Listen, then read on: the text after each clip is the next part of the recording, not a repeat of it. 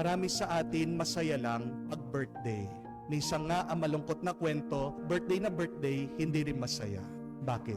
Kasi hindi alam ang kahulugan ng buhay nila. Mga kapatid, bakit napakahalaga po na malaman natin ang dahilan kung bakit tayo nabubuhay?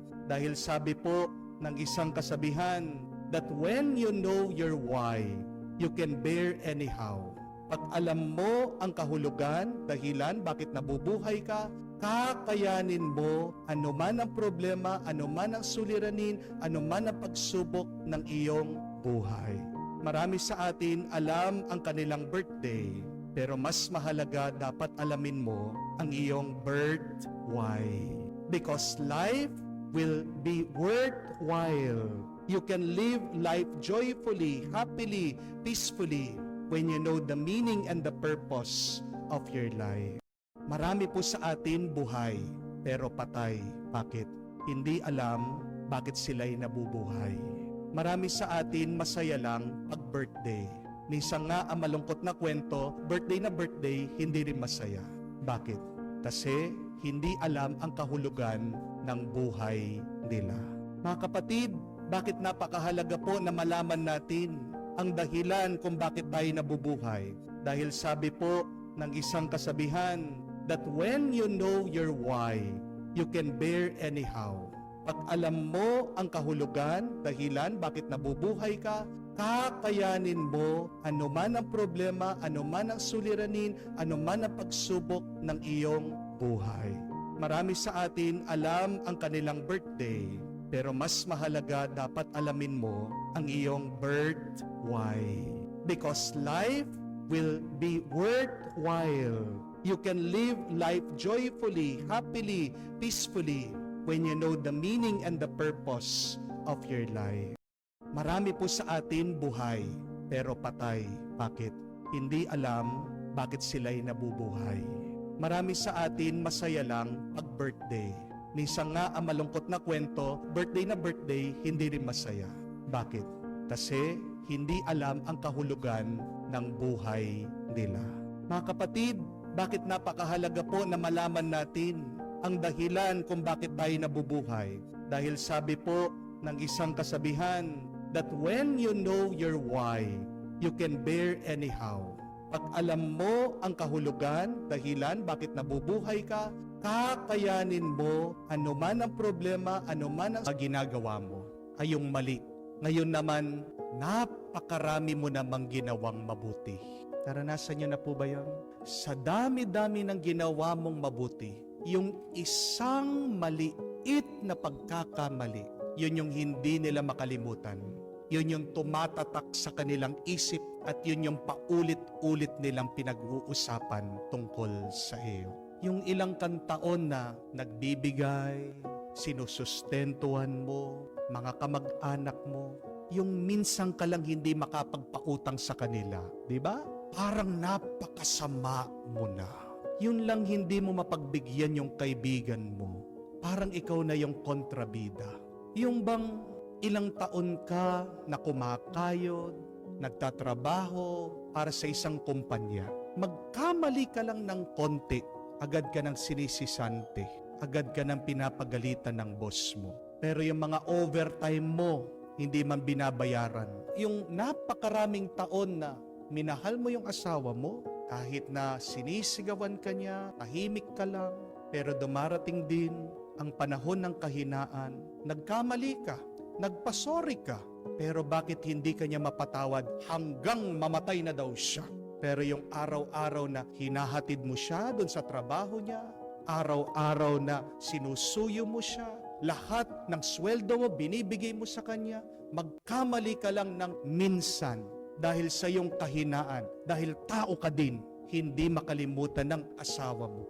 At pagkatapos, napakasama mo pa sa iyong mga anak. Di po ba nakakalungkot ito? Pero ito yung katotohanan. Huwag mong aasahan pagdating sa mga tao, kahit na malapit sa iyo, kahit na minamahal mo yan, na matatandaan nila yung mga kabutihan na ginagawa mo. Bakit? Dahil ang isip ng tao hindi perpekto. Dahil ang ating pag-iisip hindi kamukha ng pag-iisip ng Diyos. Amen? Paano mag-isip ang Panginoon? Maunawain. Ang isip ng Diyos nagmamalasakit. Ang isip ng Diyos may puso nagmamahal. Yan yung ating narinig sa unang pagbasa. Galing po sa propeta Isaias. Sino daw ang ating Diyos? Kahit na tinuruan tayo ni Jesus na manalangin, Ama namin sa langit. Nagpakilala ang Diyos kay propeta Isaias bilang isang ina. Ano ang sabi niya? The Lord is like a mother who cannot forget their children. Dahil tayo'y mula sa Diyos, tayo'y anak niya. Ano man ang gawin nating pagkakamali, hindi tayo kakalimutan ng Diyos. Paano ba natin makalimutan ang pagkakamali ng iba? Kamukha sana ng Diyos. Dahil kung ang Diyos, inaalala niya yung ating mga pagkakamali. Sabi nga po, mababasa nyo din sa awit in the Psalms, O Lord, if you would mark our guilt, who would survive? Sino maliligtas sa atin? Sinong mananatiling buhay kung palaging inaalala ng Diyos ang ating mga pagkakasala? Salamat sa Diyos, makakalimutin siya sa ating mga pagkukulang. Dahil kung palagi niyang natatandaan ang ating mga kasalanan, siguradong walang buhay sa atin. Siguradong lahat tayo'y patay. But the mere fact that we are alive, breathing and thriving, we thank the Lord for His forgetfulness. And we thank God for remembering us always. Sana kung naniniwala ka sa Diyos, ang isip mo din kamukha ng Diyos. Kung ang Diyos marunong makalimutan ng nakalipas, sana ikaw din lumimot ka sa masamang nakalipas.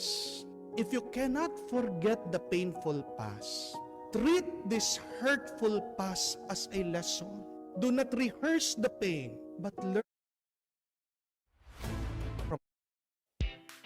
O ay nabubuhay sa nakalipas, babaliwalain at hindi mo mapapansin ang kabutihan na ginagawa ng isang tao. Mga kapatid, ginawa tayo ng Diyos hindi naman para mabuhay sa nakalipas. Ginawa tayo ng Diyos para mabuhay sa kasalukuyan. Dahil ang ating Diyos ay Diyos ng kasalukuyan. He is a present God. Yan ang pinakilala niya kay Moises. I am who am. Pagkatapos ikaw, walang tigil na, nandun ka pa rin sa nakalipas. Let us remember that no matter how much you think of the past, you will never change it. Amen? Anong mababago natin? Yung ating kasalukuyan at yung ating hinaharap. Bakit tayo minamahal ng Diyos? Mahal tayo ng Diyos hindi dahil sa kung ano yung nagawa natin sa nakalipas. Mahal tayo ng Diyos dahil alam ng Diyos meron tayong magandang kinabukasan. Di ba ganyan ang pagmamahal ng mga magulang? Kayong mga magulang, kaya niyong kalimutan anuman ang pagkakamali o kasalanan ng inyong mga anak dahil naniniwala pa rin kayo habang merong bukas, kaya pa rin magbago at maging mabuti ng inyong mga anak, ng inyong mga minamahal. Mga kapatid, naway yung mga mas maraming ginagawang kabutihan ng tao, matabunan yung masama na kanyang nagawa. Umasa tayo. Let us continue to hope for people. Let us continue to hope in the Lord. Ano ang pag-asa? Ay naniniwala ka sa Diyos na may gagawin siyang mabuti. Gusto mong agad na maging masaya, maging payapa ka, naway matutunan natin ang sining ng paglimot sa pagkakasala sa iba. At naway matuto tayo kamukha ng Diyos. Alalahanin natin ang ating mga minamahal. Let us enjoy the present. Dahil kung meron mang isang bagay na lumilipas at napakayaman at napakasayang, kung hindi ang ating oras ngayon. Hope for the best, but forgive the past. Always enjoy the present and thank God for all of the good things that He is doing.